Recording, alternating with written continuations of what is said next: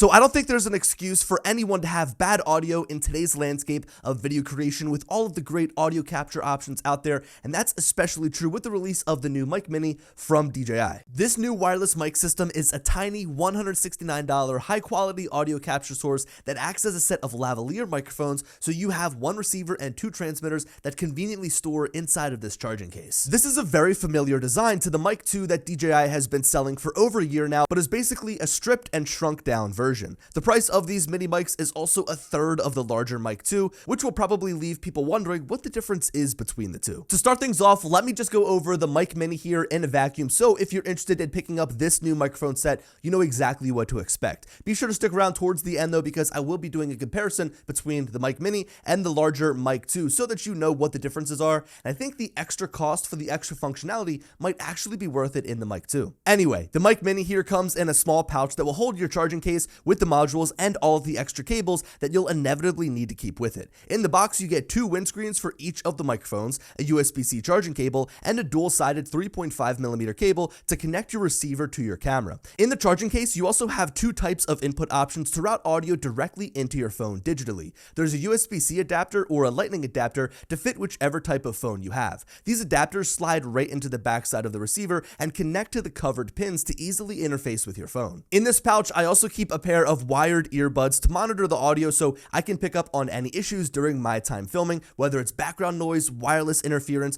a bad connection, or if there's just flat out no audio transmitting for some reason. So the way that these microphones work is dead simple. The microphone is built directly into the transmitter, so this will be attached to the person speaking, and remember, there is two of them, so you can capture audio from two sources at once. In order to capture that audio, the receiver needs to be plugged into whatever camera you're shooting with. That could be a mirrorless camera or your phone, as I showed. That there is pretty much the extent of it, and that's why I say there's no good reason to have bad audio anymore, because these things are so easy to set up and they're fairly inexpensive. To go a little more in depth with a quick walk around of the modules, the receiver has a few status LEDs on the front to monitor your connection status to the two transmitters. There's a knob to quickly adjust your audio levels to make fast adjustments on the fly, so you can change the audio level by positive or negative 6 and 12 to really dial in your audio depending on your situation or the person speaking. Spinning around, there's a power button, a charging pin connector, those digital connection pins, a linking button, and that 3.5mm audio jack for audio monitoring to headphones or transmitting to a capture device. The two transmitters are also pretty bare bones with a pair of status LEDs for your battery level, connection status, and noise cancellation toggle.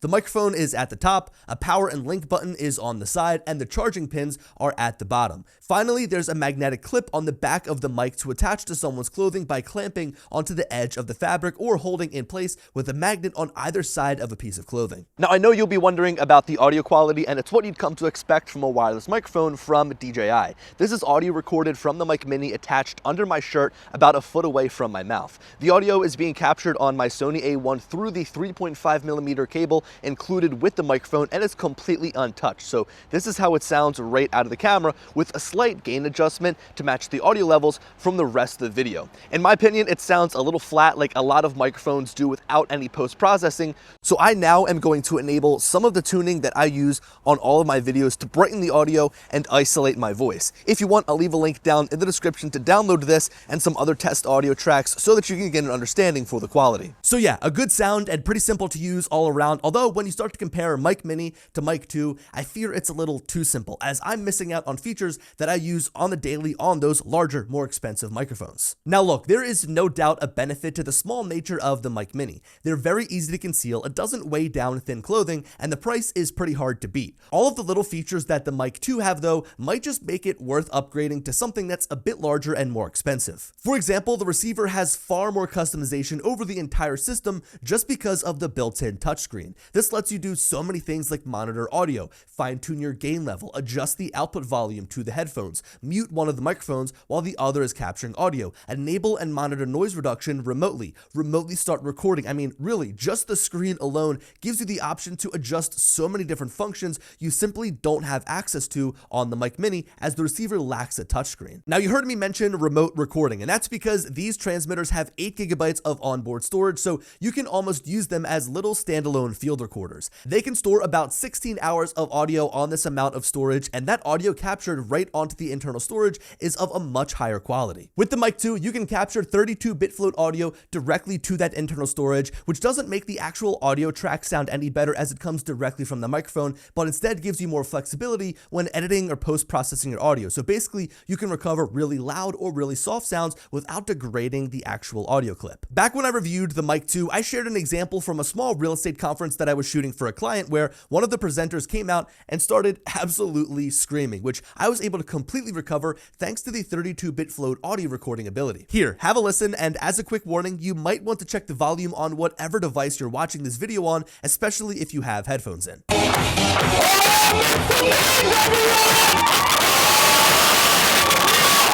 a seat, everyone. How's everyone doing? Oh, make some noise, everyone!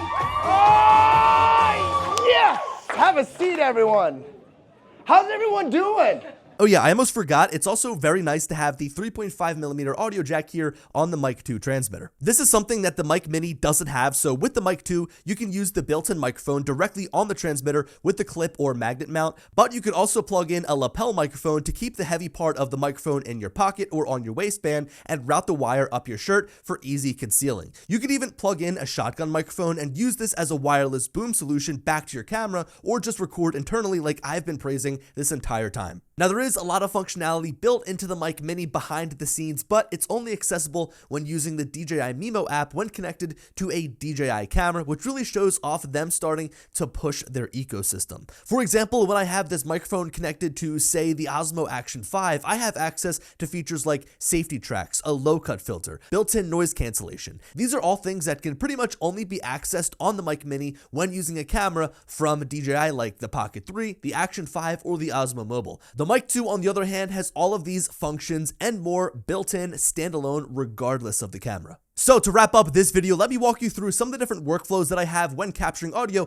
with the Mic 2, whether it's myself or whether I am working with a client, to see if the Mic Mini could replace what I currently am using in any of these scenarios. Now, the first of which is just general audio capture. So if one of my clients is doing a sit-down interview, if I'm doing a client testimonial video, if I've got somebody on camera outside doing a social media style video, even if I'm outside doing a tutorial video where maybe I'm down at the parking garage doing my first flight with one of my drones, well, I just pretty much put the transmitter right underneath somebody's shirt, try to conceal it as best I can. I then put the receiver on my camera and route the audio wirelessly from the transmitter into that video file. And that can be handled by the Mic Mini very easily, but I've got a lot of backups with Mic 2 that I wouldn't have with Mic Mini. So for example, I could route a lapel mic if somebody has, say, thin clothing and I need to better conceal a microphone. I can put the heavy part in their pocket and then route that lapel mic up their shirt. I also can internally record audio directly to the transmitter, which is great as a backup audio option. There might be times where somebody walks too far away from a camera.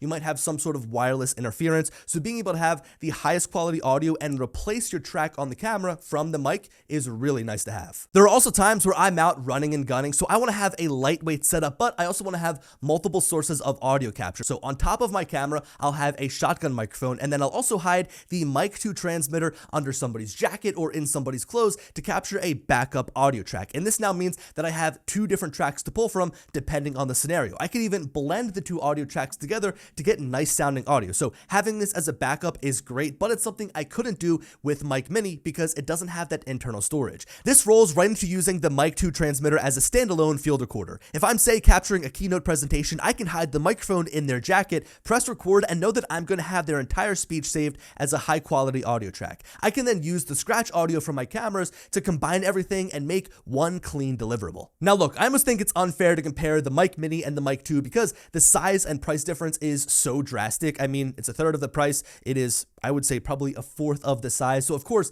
they're not going to do the same exact things, but I wanted to compare them so that for anybody out there that has the Mic 2 that might be thinking, hey, can I just get away with going and buying the smaller Mic Mini?